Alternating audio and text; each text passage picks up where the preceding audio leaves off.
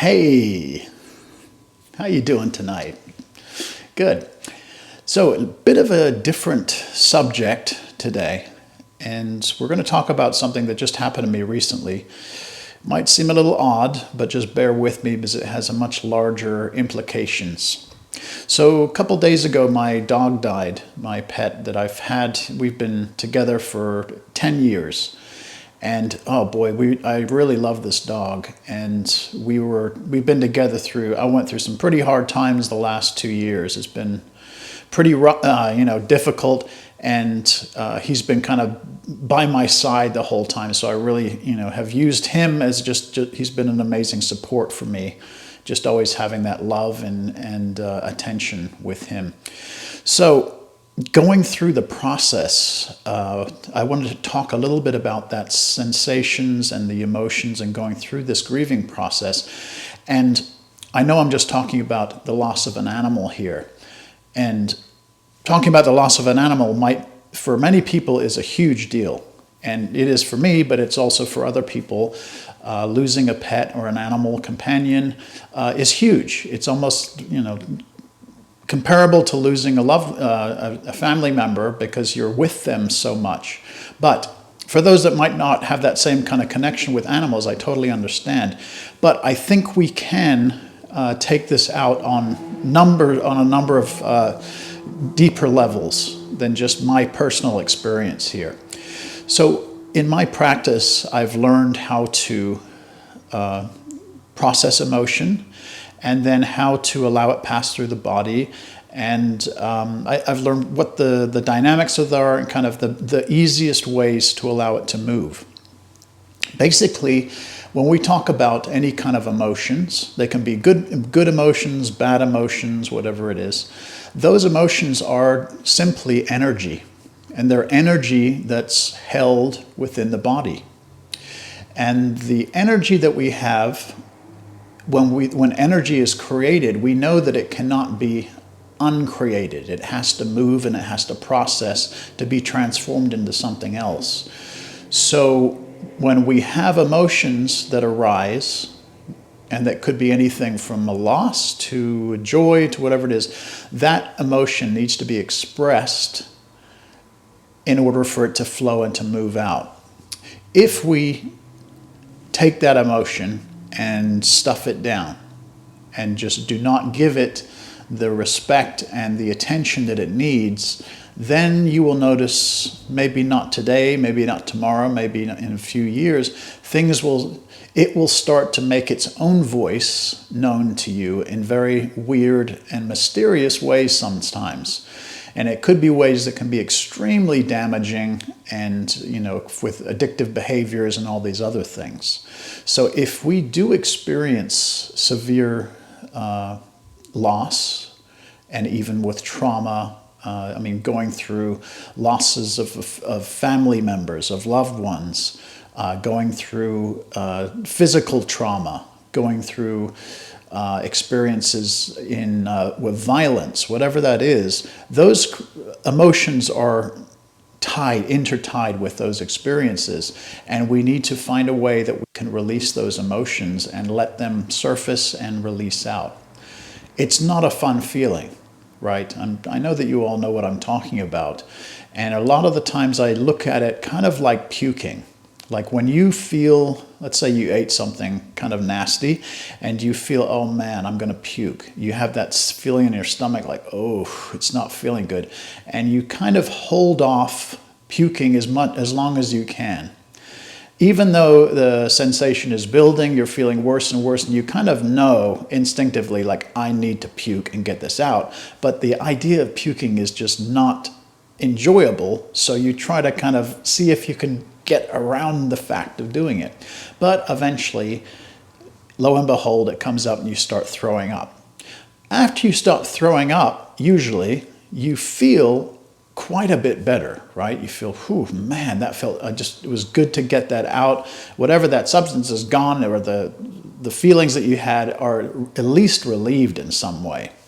So this is the same way with a lot of emotions, especially more of the negative ones, that when we have strong emotions and we tend to push them down, they will make themselves known, and they will make themselves known the same way that an illness will make itself known that you need to throw up.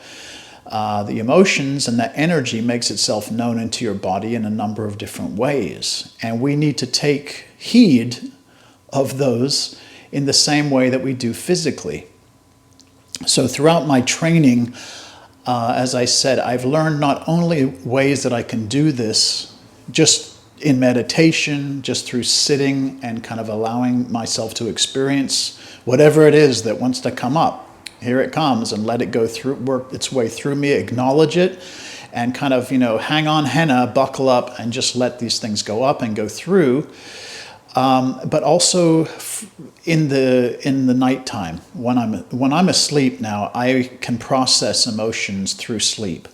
And the way it kind of plays out for me is when I have emotions that are playing out in my dreams, it feels almost as if my bones are twisting out of my body. It feels it's like my whole body is wringing itself out, literally. And I'll wake up at night, my whole body, I'm shaking, and it's crazy. But this is my body's way of just jettisoning, or anyway, eliminating these emotions through the body.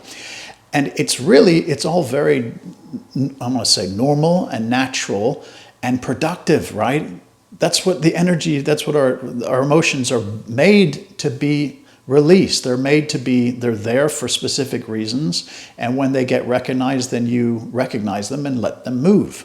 So if it's even something like a loss of an animal for me, I was amazed at how intense the emotions are connected just with a little dog, losing my dog.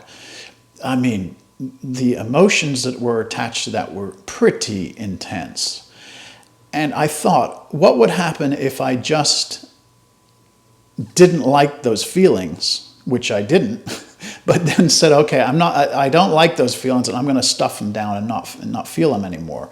Well, those emotions that energy is not going to be dissipated. It's not going anywhere. It's just going down into the subconscious. And it will stay there as long as it needs to, until it can be somehow released out. And the history of mankind I think is filled with instances of people that have got so much crap that they're dealing with in their own subconscious that they have not been able to release, and it's released in super negative, projected out in very negative ways, that's destructive not only for themselves but for other people. So again, I'm going from a little seed issue here, but it really does have much greater implications.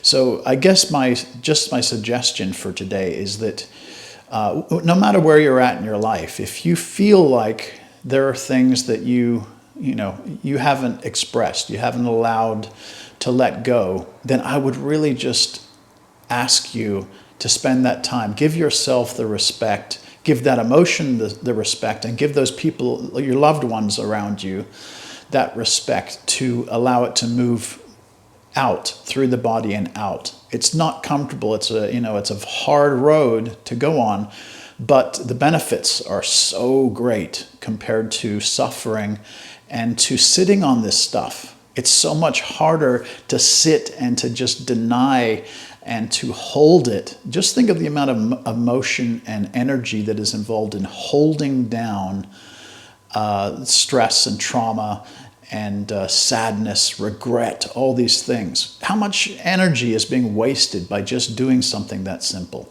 So, I don't want to preach to you, but anyway, just if you have ways of doing it, I found my own practice, the Taoist practice, Neigong practice. It's very helpful, but look, there's thousands of ways of doing this out there. From yoga, psychotherapy, whatever it is, I don't know, going into a room and screaming, whatever you need to do to release those emotions out and to get in touch with yourself and your energy body.